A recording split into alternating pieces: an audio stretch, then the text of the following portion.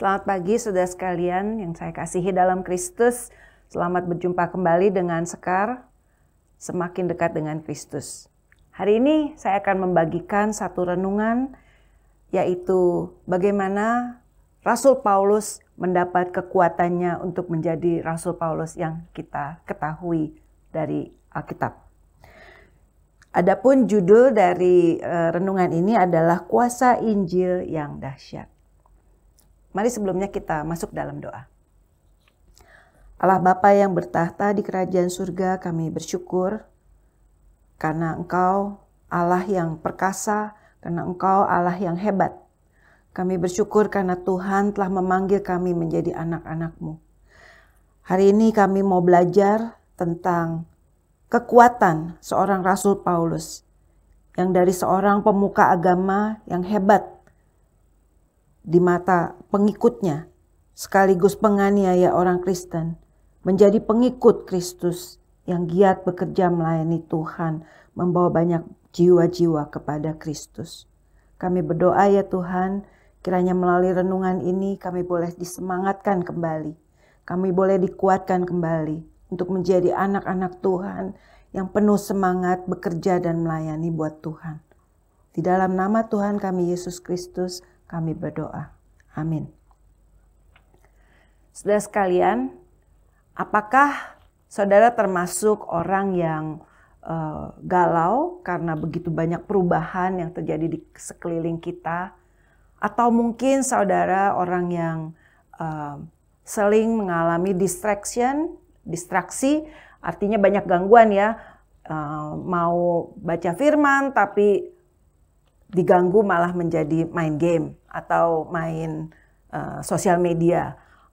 Maunya melakukan kebaikan diganggu malah jadi sibuk melakukan hal-hal lain. Apakah Anda termasuk yang begitu? Apakah Anda termasuk orang yang merasa begitu berdosa? Kalau Anda salah satu dari ketiga itu atau ketiga-tiganya, berarti Injil adalah untuk Anda. Injil adalah untuk orang-orang yang seperti itu. Tetapi sesungguhnya dari zaman ke zaman orang-orang mengalami ketiganya itu. Itulah sebabnya manusia secara umum membutuhkan Injil. Injil itu apa? Akar kata Injil sendiri berarti berita atau kabar. Namun Injil dengan huruf besar I, atau dalam bahasa Inggris seringkali dikatakan the gospel.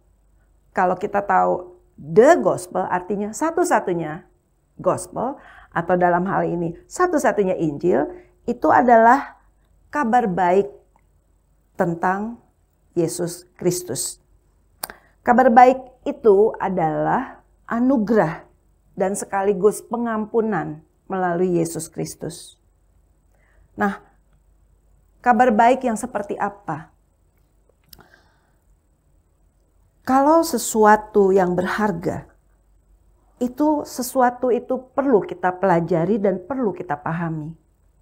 Ketika kita menginginkan sesuatu yang berharga, biasanya kita harus siap untuk membayar entah dengan harga yang mahal atau minimal ada sesuatu yang harus kita korbankan.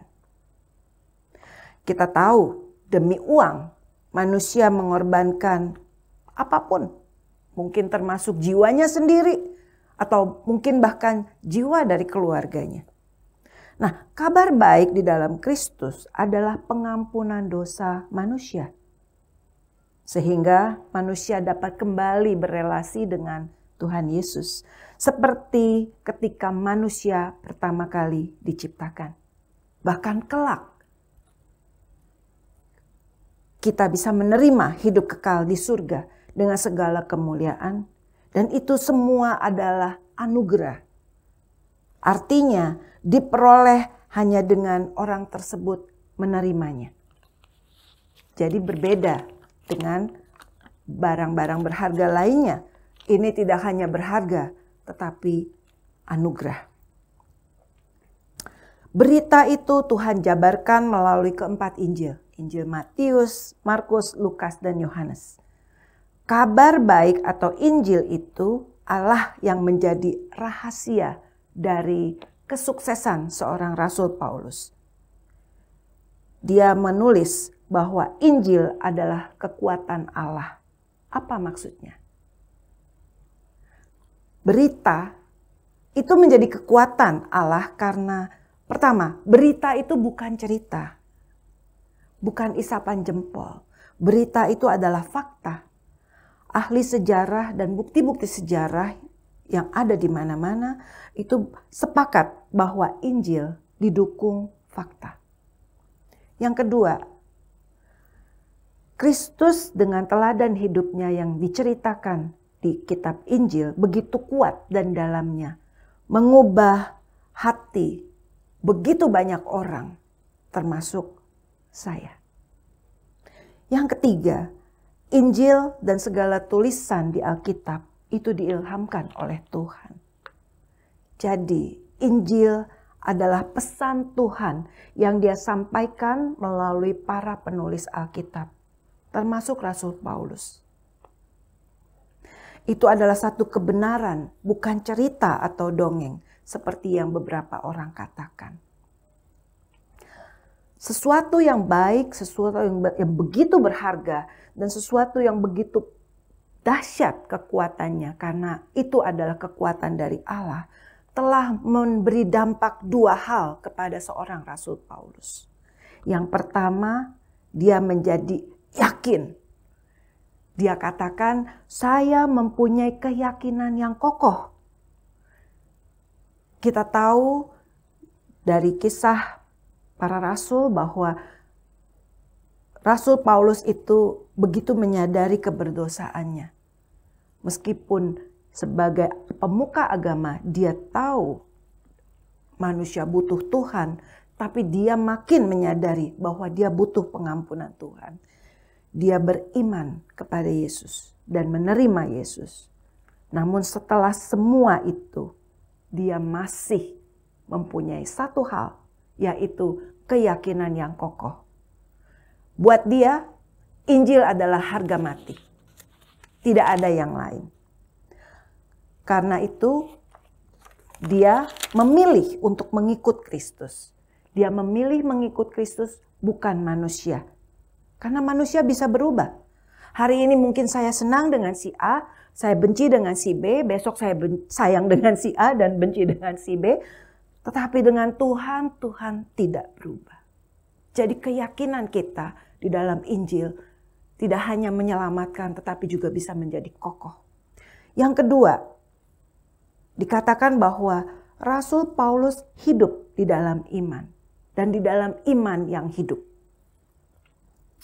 Dia mengikut Tuhan Yesus dan dia berpengharapan hanya kepada Tuhan Yesus. Dia mendapat damai sejahtera. Kita tahu dia mengalami begitu banyak kesukaran, penyakit dalam tubuhnya, tetapi dia tetap kuat di dalam Kristus dan dia tetap berpengharapan dalam Kristus. Dia bertindak seperti yang Tuhan Yesus ajarkan, termasuk memberitakan Injil.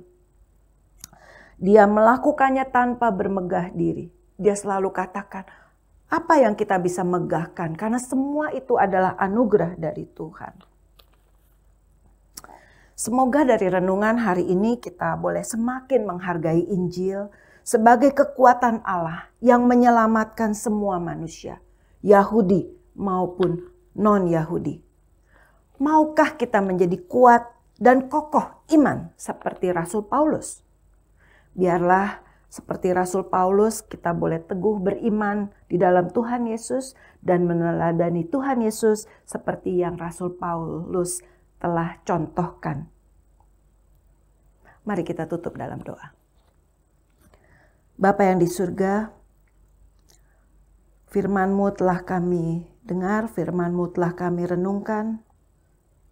Biarlah Tuhan menolong kami, agar kami boleh menjadi anak-anak Tuhan yang penuh semangat.